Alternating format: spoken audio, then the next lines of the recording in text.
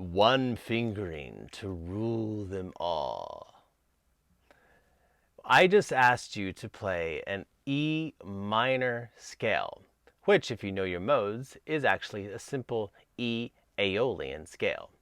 And an Aeolian scale is this right here. You see those slashes, and those slashes mean every note. The dash in between the letters is a note, and the letter signifies the distance between the notes. So you have a whole, half, whole, half, whole. All you need to know when you play a minor scale, an Aeolian minor scale, which in this mode is simply known as the natural minor, found in your scale book, scale exercises number 2 in your scale book from me.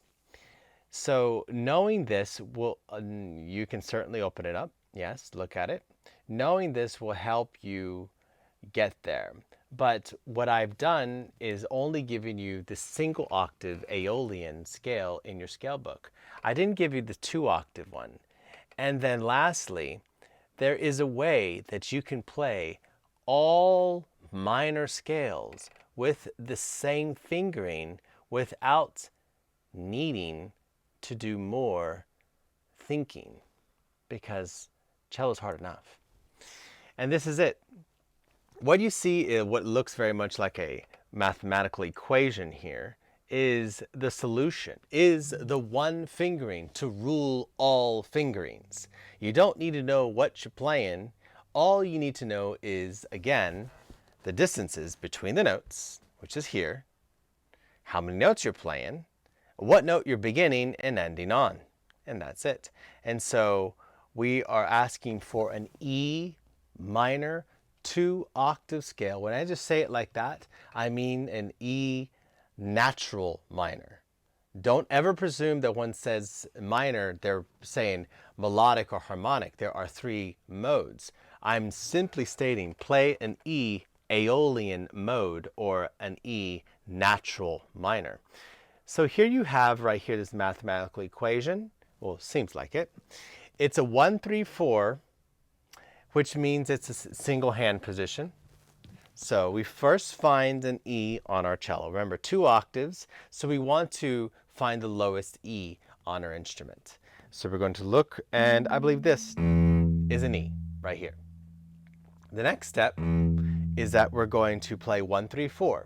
And then in the parentheses, you see a letter, outside the parentheses, you see the letter C, which means in my pedagogy, closed. We have 2 different shapes of the hand along the neck. We have an open hand and a closed hand, or extended and non-extended. So O means open, as in extension, and closed, C, means relaxed. So it's easier to say open, open, closed, open, closed. So we start with a closed hand position. So you put your index finger on the E. So there's no extension, so all your fingers are spaced a half step apart.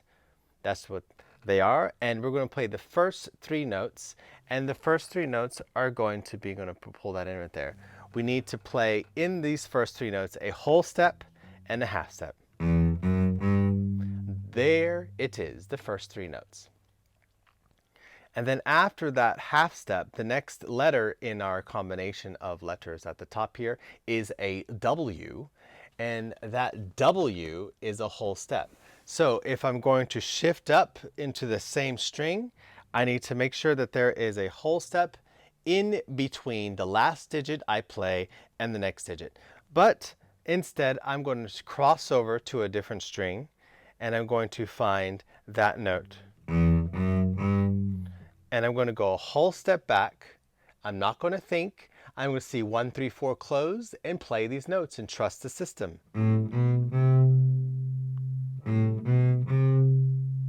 And now we are there.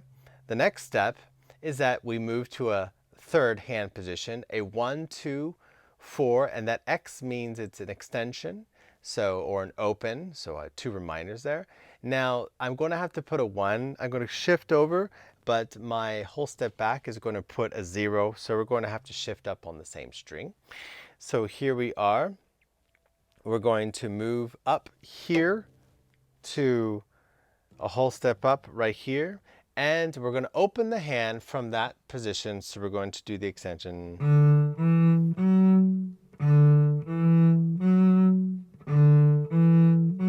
And there it is.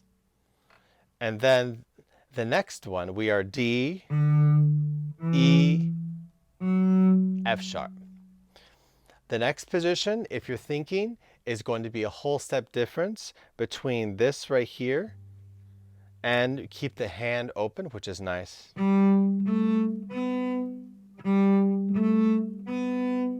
And that's very nice right there. And then sometimes it depends. There may be a half step or a whole step change. Here there is a whole step change once back.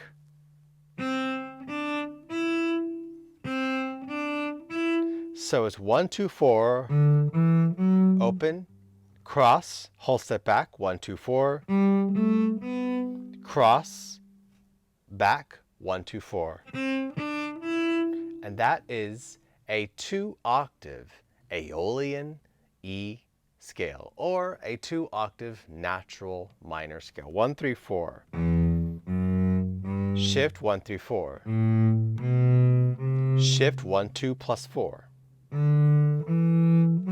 Shift 1, 2, 4. Keep it open. Shift.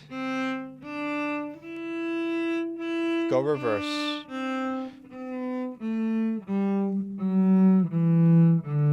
Close the hand. And when you're doing this, it is a good thing to realize that sometimes, most of the time, some majors not so much, most of the time, when you're moving your hand, you are moving whole step distances. When you cross strings, whole step back. And when you're crossing, you're ascending the scale. Remember, cello is a world of opposites. So when you ascend the scale, you change to a higher string, you go a whole step back. You change to a higher string, whole step back. So to go higher, you go back. To go lower, you jump up. So as you're here, we're going to cross over, we're going to a lower string, we're going to jump up. Here, we're going to jump up. It's never directly across in scales. So here, so that sort of stuff. So it's here, this position. It's an open hand position. Crossover, whole step up. Crossover, whole step up. On the same string, make sure that you have your distance of whole step. Close that hand up, and then crossover, whole step up. 1, 3, 4, 1, 3, 4, 1, 2, 4, 1, 2, 4, 1, 2, 4. One fingering to rule them all. And if you were to think, well, if that fingering were to work for the, I like my font, work for the minor, how about for the Ionian mode, otherwise known as the major mode? And the answer is, well, absolutely. You don't need to know what you're playing. This is the beauty of being a cellist. You don't need to know what you're playing, as long as you know how to play it. It's a funny thing to say, but I'm serious. Remember, we started on minor. If you only knew one note, which is the E, and I just showed it to you, and you only know one scale, and then I showed you this combination of numbers, parentheses, O's, and C's, and I asked you to now play a scale which has a whole, whole, half, whole, whole, whole, half distances between your 8 notes, would you be able to do it? Well, you first start with, find that E. You're going to open your hand, and there we are. We're going to follow that same rule. Ask ourselves, well, the next note is what? A half step. It's asking for a half step in between this right here and the next note. Well, that's not going to happen here because we can move up. So we're going to cross over, whole step back. Crossover, whole step back. Now we can shift up to the same string, or we can cross over as well. And I put a question mark for a half. So if you cross over, sometimes there could be a half step in this context right here. It would be right here if you crossed over. Sometimes that happens. So, but let's shift up on the same string. Okay. Remember what I said. When you shift up on the same string, are you shifting up a half step or whole step? Well, we learned in the minor scale, in the Aeolian, it is a whole step. So let's just follow that logic. Shift up a whole step. There it is. Close the hand up. 1, 2, 4. Ooh, that works. And without thinking, I'm not thinking, I'm crossing over. I'm taking my marker. I'm going back a whole step. I'm not thinking. 1, 2, 4. And then crossing over once more. Taking this. 1, 2. It looks like I just played an E major scale. And for those of you out there, how many sharps did I play? I played 4 sharps. Once more. Cross, whole step back. You can go cross, half step back. I'm going to jump up. Cross, whole step back. 1, 2, 4. Cross, whole step back. 1, 3, 4.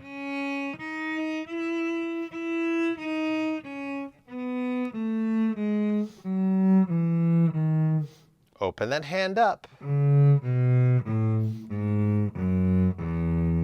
The question has been asked by myself, because I'm probably looking at this.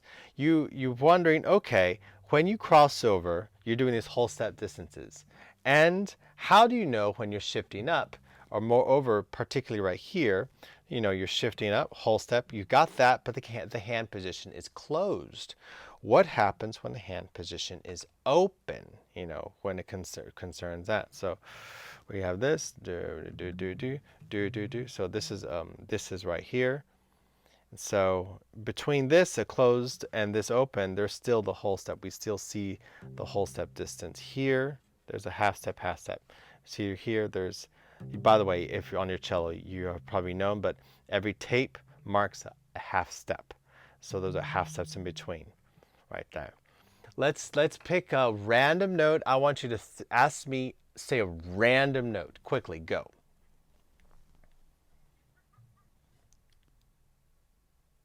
D, which is too easy. Let's do D flat major. And how many flats are in D flat major? Well, you probably don't know, but can you play a D flat major scale? Yeah. Can you play a D flat major scale? Or, maybe can you play a D flat minor scale? Let's see if let's see if it works for both, okay? All we need to know is where a D flat is. Here's D. Make it flat. I'm going to follow the equation. 1, 2, 4. Open my hand. Since I can't move back, I'm going to have to move up. And then so right here, when you're moving up on the same string with an extension, then there's a half step difference between. That's why I wrote the question mark there, when you're shifting up on the same string. So you're going to shift up the half step difference. And then wondering, well, I learned that it's always going to be, it could be a half step there because I'm crossing over. Oh, there it was. Remember, that's something you'll learn with time. Crossover, whole step back. I'm not even thinking right now. Crossover, whole step back.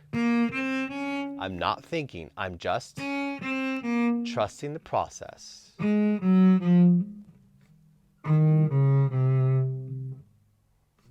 See what I just did? I did a whole step change and then extend. That is a D flat major scale. For those of you out there, how many flats would that be? 5 flats. But how about a D flat minor scale? Does that exist? Does a D flat minor scale exist? Not all scales. Not all scales. Let's take a quick look. D flat minor. If you say D flat minor, there's There is C sharp, absolutely. Remember, enharmonics. An enharmonic is the same way of saying this. It is the same way of expressing the note. So it's either C sharp or D flat. So there is not. We just look. There isn't one. I didn't put it there. Obviously, I didn't.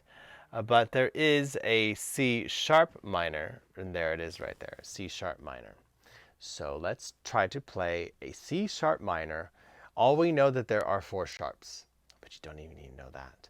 All you need to know is what? The fingering to rule them all. One fingering to rule them all. That's right.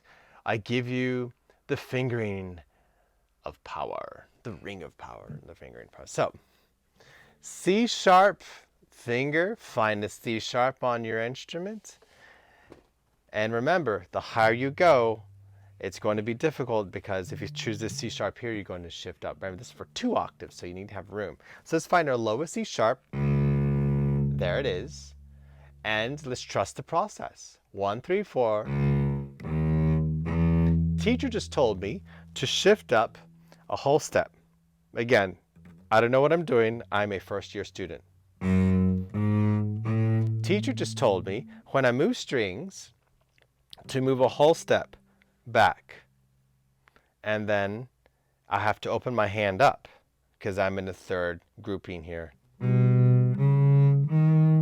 Teacher just told me to then move and keep that hand open. Teacher just told me to move once more, whole step. But that's not going to work because that's a 0. So, and